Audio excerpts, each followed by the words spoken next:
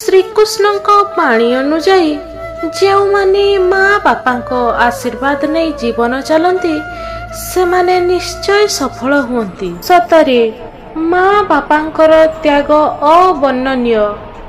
ସେ ଯେତେ କହିଲେ ବି କମ୍ ପଡ଼ିଯିବ। ଆମେ ମା ବାପାଙ୍କୁ ଯେତେ ଭଲରେ ଯେତେ ଖୁସିରେ ରଖିବା ତାଙ୍କ ଆଶୀର୍ବାଦ ଆମ ପାଇଁ ସେତିକି ବଢ଼ିଯିବ। ବାପା ମା ଆମ ପାଇଁ ଯେଉଁ ତ୍ୟାଗ କରିଥାନ୍ତି ତାର ମୂଲ୍ୟ ଆମେ କେବେ ବି ଶୁଝିପାରିବା ନାହିଁ।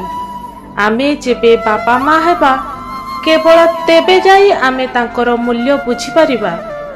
କାହିଁକି ନା ଯେତେବେଳେ ଆମେ ବାପା ମା ହେଇଥାଉ ଆମର ପିଲା ପାଇଁ ଆମେ କିପରି ତ୍ୟାଗ କରିଥାଉ ତାହା ଆମ ବାପା ମାଙ୍କ କଥା ମନେ ପକାଇ ଦେଇଥାଏ। ଏ କଥା ଭାବିଲା ବେଳକୁ ବହୁତ ଦୁଃଖ ଲାଗେ ଯେପରି ଛୋଟ ଥିଲି ବହୁତ ଭଲ ଥିଲି, ବଡ଼ ହେଇଗଲା ପରେ ସେଇ ବାପାଙ୍କ କାନ୍ଧରେ ବସିଥିବାର ଆନନ୍ଦ ଆଉ ସେ ପାଇପାରୁନାହିଁ। ଆମେ ଯେତେବେଳେ ଛୋଟ ଥିଲାବେଳେ ବାପାଙ୍କ କାନ୍ଧରେ ବସି ବାହାରକୁ ଯାଉଥିବା ସମୟରେ ଆନନ୍ଦ ଅନୁଭବ କରୁଥିଲେ ସେତେବେଳେ ଆମ ଦୃଷ୍ଟିରେ ଥିଲା ବାପାଙ୍କ କାନ୍ଧ ହେଉଛି ସବୁଠାରୁ ଉଚ୍ଚ ସ୍ଥାନ, ଯେଉଁଠି ବସିଲା ପରେ ଆମେ ସାରା ସଂସାରକୁ ଦେଖିପାରୁଛେ। କିନ୍ତୁ କିଛି ଲୋକ ଅଛନ୍ତି ସେ ବାପାଙ୍କ ସ୍ନେହର ମୂଲ୍ୟ, ସେ କାନ୍ଧରେ ବସେଇ ବୁଲେଇବାର ମୂଲ୍ୟ, ତାଙ୍କ ତ୍ୟାଗର ମୂଲ୍ୟ ଆଜି ପର୍ଯ୍ୟନ୍ତ ବୁଝିପାରୁନାହାନ୍ତି। ବାପା ମାଙ୍କୁ ହତାଦାର କରୁଛନ୍ତି। କଣ ଏହା ଠିକ୍? ବାପାଙ୍କ କାନ୍ଧରେ ବସି ବୁଲିବାରେ ଯେଉଁ ଆନନ୍ଦ ଆଜି ଯେତେ ଦାମିକା ଗାଡ଼ି ହଉନା ପଛକେ ସେଥିରେ ବସି ବୁଲିଲେ ମଧ୍ୟ ସେ ସୁଖ ସେ ଆନନ୍ଦ ଆମେ ପାଇପାରୁନାହିଁ। ଯେମିତି ଆମର ଆନନ୍ଦ କୋଉଠି ହଜିଯାଇଛି। ସତରେ ସେଇ କଥାକୁ ମନେ ପକାଅ ଯେତେବେଳେ ତୁମେ ଛୋଟ ଥିଲ ବାପାଙ୍କ କାନ୍ଧରେ ବସି ଦୁନିଆ ଦେଖୁଥିଲ। ଆଉ ଏବେ କିଛି ଲୋକ ଅଛନ୍ତି ବାପାଙ୍କୁ ତାଙ୍କ କାନ୍ଧରେ ବସେଇ ଦୁନିଆ ଦେଖେଇବାର ସୌଭାଗ୍ୟ ଟିକକ ମଧ୍ୟ ଦେଉନାହାନ୍ତି। ପାଖରେ ଯେତେ ବି ଧନ ଥାଉ ନା କାହିଁକି ଯଦି ପାଖରେ ବାପା ମା ନାହାନ୍ତି ତାହେଲେ ସେଇ ଘର ନୁହଁ। ଆମେ ଏବେ ବଡ଼ ହୋଇଗଲା ପରେ ଯେମିତି ଲାଗୁଛି ଏତେ ବଡ଼ ଗାଡ଼ି କିଣିଲୁ, ଏତେ ବଡ଼ ଘର କଲୁ, ତଥାପି ବାପାଙ୍କ କାନ୍ଧରେ ବସି ବୁଲିବାରେ ଯେଉଁ ଆନନ୍ଦ ତାହା ଏବେ ପାଇପାରୁନାହୁଁ।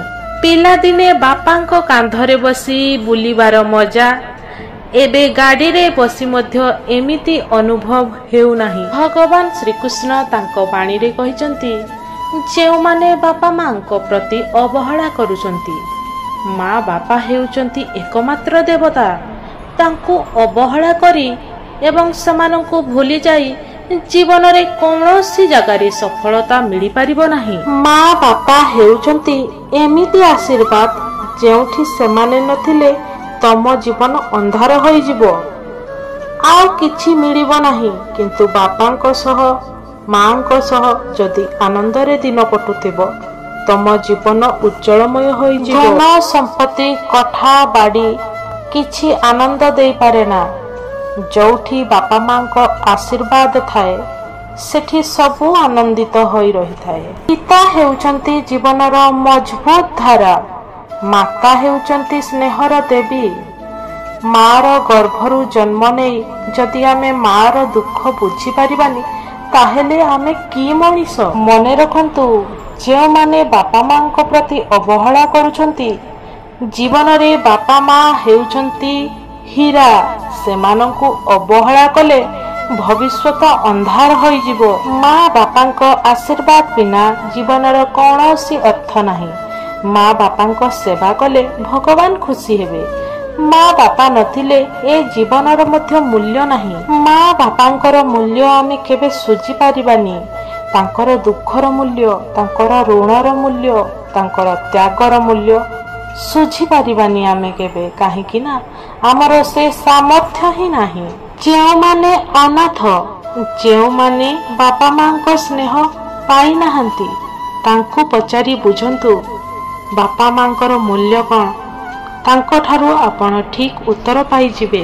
ମା ବାପାଙ୍କ ମନରେ ଖୁସି ଆଣିବା ପାଇଁ କ'ଣ କରିବା ଉଚିତ, କ'ଣ ନ କରିବା ଉଚିତ କିଛିଟା ମୁଁ ଆପଣଙ୍କୁ କହୁଛି।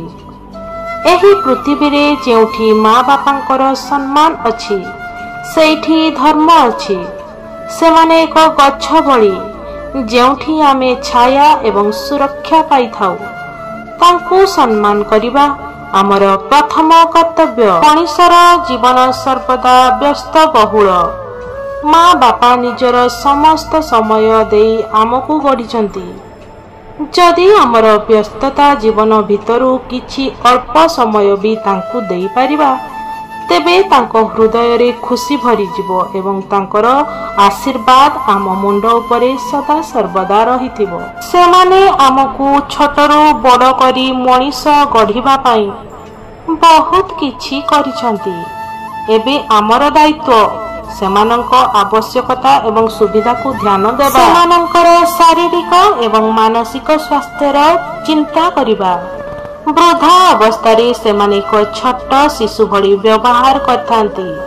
ଆମର କର୍ତ୍ତବ୍ୟ ଯେ ସେମାନଙ୍କୁ ଭଲରେ ରଖିବା, ଭଲରେ ଖାଦ୍ୟ, ସ୍ୱାସ୍ଥ୍ୟ ସେବା ଏବଂ ମାନସିକ ଶାନ୍ତି ଦେବା ପାଇଁ ଚେଷ୍ଟା କରିବା। ମାତା ପିତା ଏକ ଗଛ ଭଳି ଯେଉଁଠି ତୁମେ ଛାୟା ଏବଂ ସୁରକ୍ଷା ପାଅ। ଏହି ଛାୟା ହରାଇ ଦେଲେ ଜୀବନର କିଛି ଅର୍ଥ ରହେ ନାହିଁ। ଶ୍ରୀକୃଷ୍ଣ କହିଛନ୍ତି ମା ବାପା ଦେବତାଙ୍କ ରୂପ। ଯେଉଁଠି ସେମାନଙ୍କର ସମ୍ମାନ ଅଛି ସେଇଠି ଧର୍ମ ଅଛି। ପିତା ମାତା ହେଉଛନ୍ତି ସେମାନେ ଯେଉଁମାନେ ନିଜର ଆଜିକୁ ବଳିଦାନ କରି ତୁମର ଭବିଷ୍ୟତ ନିର୍ମାଣ କରିଛନ୍ତି। ଜଣେ ମା ନିଜ ସନ୍ତାନକୁ ଛୋଟରୁ ବଡ଼ କରିବା ପର୍ଯ୍ୟନ୍ତ ସବୁ ଦୁଃଖ କଷ୍ଟ ସହିଥାଏ। କିନ୍ତୁ ଆଜିର କେତେ ଜଣ ଅଛନ୍ତି ଯିଏକି ମାର ଦୁଃଖକୁ ବୁଝୁଛନ୍ତି? ଏକ ପିତା ତାଙ୍କ ସନ୍ତାନର ଭବିଷ୍ୟତ ପାଇଁ ନିଜର ଆଜିକୁ ବଳିଦାନ କରିଦେଇଥାନ୍ତି। ଏହି ଜଗତରେ କେବଳ ପିତା ଏମିତି ଜଣେ ବ୍ୟକ୍ତି ଅଟନ୍ତି ଯେଉଁମାନେ ସେହି ସନ୍ତାନର ଖୁସିକୁ ଆଗରେ ରଖି ସନ୍ତାନକୁ ମଣିଷ କରିବାର ଇଚ୍ଛା ରଖି ନିଜର ଆଜିକୁ ପଛରେ ଛାଡ଼ି ଦେଇଥାନ୍ତି। ଯେଉଁ ମଣିଷ ନିଜ ପିତାଙ୍କ ନାମରେ ଗର୍ବ କରେ ସେ ଏକ ଭଲ ସନ୍ତାନ ହୁଏ ଏବଂ ଭଗବାନଙ୍କ ଆଶୀର୍ବାଦ ତା ଉପରେ ସଦା ସର୍ବଦା ରହିଥାଏ। ପିତା ହେଉଛନ୍ତି ଏମିତି ଜଣେ ବ୍ୟକ୍ତି ଯିଏ ନିଜ ସନ୍ତାନଙ୍କ ଭବିଷ୍ୟତ ନିମନ୍ତେ ନିଜର ଆଜିକୁ ହରାଇ ଦେଇଛନ୍ତି। ମା ବାପା ଏକ ପରିଚୟ ନୁହନ୍ତି, ସେମାନେ ଜୀବନର ପ୍ରକାଶ ଏବଂ ଆଶୀର୍ବାଦ।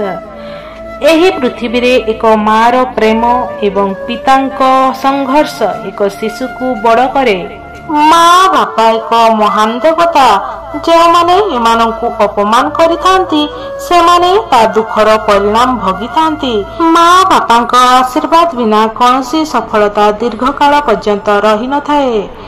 ଯେଉଁମାନେ ନିଜ ପିତାମାତାଙ୍କୁ ଅପମାନ କରୁଛନ୍ତି ସେ ଜୀବନରେ କେବେ ବି ଆନନ୍ଦ ପାଇପାରିବେ ନାହିଁ। ଭଗବାନ ଶ୍ରୀକୃଷ୍ଣ ତାଙ୍କ ବାଣୀରେ କହିଛନ୍ତି ଯେଉଁମାନେ ନିଜ ଜୀବନରେ ଦୟା, ଭଲ ପାଇବା ଏବଂ ସତ୍ୟର ଅନୁସରଣ କରନ୍ତି ସେମାନେ ମୋ ନିକଟତମ। ଯେଉଁଠି ଧର୍ମ ରହେ ସେଇଠି ଅନ୍ୟାୟ କେବେ ବି ଟିକି ପାରିବ ନାହିଁ। ଯେଉଁଠି ପ୍ରେମ ରହେ ସେଇଠି ଭୟ ଏବଂ ଦୁଃଖ ରହେ ନାହିଁ। ଜୀବନରେ ଏମିତି କିଛି କର ଯେଉଁଥିରେ ଅନ୍ୟମାନେ ଏବଂ ତୁମର ପିତୃ ମାତୃ ଗର୍ବ ଅନୁଭବ କରିପାରିବେ। ପିଲାଦିନେ ମା ବାପା ଯେପରି ତମେ ହସିବା ପାଇଁ ସବୁ କିଛି କରୁଥିଲେ ତମେ ବଡ଼ ହୋଇ ତମର ଦାୟିତ୍ୱ ହେଉଛି ସେମାନଙ୍କୁ ହସାଇବା। ମା ବାପାଙ୍କ ମନରେ କେବେ ବି କିଛି ପାଇବାର ଇଚ୍ଛା ନଥାଏ, କେବଳ ସେମାନଙ୍କର ଅପେକ୍ଷା ଥାଏ କେବଳ ତମର ଏକ ଭଲ ଭବିଷ୍ୟତ। ଏମିତି କେବେ ହେଲେ କରିବ ନାହିଁ ଯେଉଁଥିରେ ବାପା ମାଙ୍କ ଆଶୀର୍ବାଦ ହରାଇ ବସିବ, କାରଣ ସେ ଆଶୀର୍ବାଦ ତୁମ ଜୀବନର ସମସ୍ତ କଷ୍ଟରୁ ରକ୍ଷା କରିପାରିବ। ମା ବାପା ନିଜେ ଭୋକରେ ରହି ଆମକୁ ଖୁଆଇଥାନ୍ତି, ନିଜେ କଷ୍ଟରେ ରହି ଆମକୁ ଖୁସିରେ ରଖିଥାନ୍ତି, ନିଜେ ଦୁଃଖକୁ ସହି ଆମ ଜୀବନକୁ ଗଢ଼ିଥାନ୍ତି। ଆମ ଭବିଷ୍ୟତ କିପରି ଉଜ୍ଜଳ ହେବ ତାହାର ଚିନ୍ତାରେ ଲାଗି ପଡ଼ନ୍ତି ଏବଂ ଆମର ଭବିଷ୍ୟତ ଗଢ଼ି ସାରିଲା ପରେ କ'ଣ ଆମେ ସେଇ ବାପା ମାଙ୍କୁ ଅଣଦେଖା କରିବାଟା ଠିକ୍? ଆମେ ବାପା ମାଙ୍କର ଅଂଶ। ଏବେ ବାପା ମାଙ୍କୁ ଆମ ଅଂଶ କରିନିଅନ୍ତୁ, କାରଣ ଏବେ ଆପଣ ଛୋଟରୁ ବଡ଼ ହୋଇଯାଇଛନ୍ତି। ସେତେବେଳେ ବାପା ମା ଆମକୁ ଖୁସି ଦେଉଥିଲେ, ଏବେ ଆମେ ବାପା ମାଙ୍କୁ ଖୁସି ଦେବା। ଏହା ଜୀବନର ଲକ୍ଷ୍ୟ କରିଦିଅନ୍ତୁ। ଲକ୍ଷେ କଷ୍ଟ ଆସିଲେ ମଧ୍ୟ ଆପଣଙ୍କୁ ଭାଙ୍ଗି ପାରିବ ନାହିଁ। ଯଦି ଏହି ଭିଡ଼ିଓଟି ଆପଣଙ୍କ ହୃଦୟକୁ ଛୁଇଁ ପାରିଛି ତେବେ ଆପଣଙ୍କ ମନ୍ତବ୍ୟ ନିଶ୍ଚିତ ଦେବେ। ଯଦି ଆମ ଚ୍ୟାନେଲରେ ନୂଆ ଅଛନ୍ତି ତେବେ ଆମ ଚ୍ୟାନେଲକୁ ସବସ୍କ୍ରାଇବ୍ କରିଦିଅନ୍ତୁ। ଲାଇକ୍ ସେୟାର କରିବା ପାଇଁ ଭୁଲନ୍ତୁ ନାହିଁ। ରହିଲି, ନମସ୍କାର।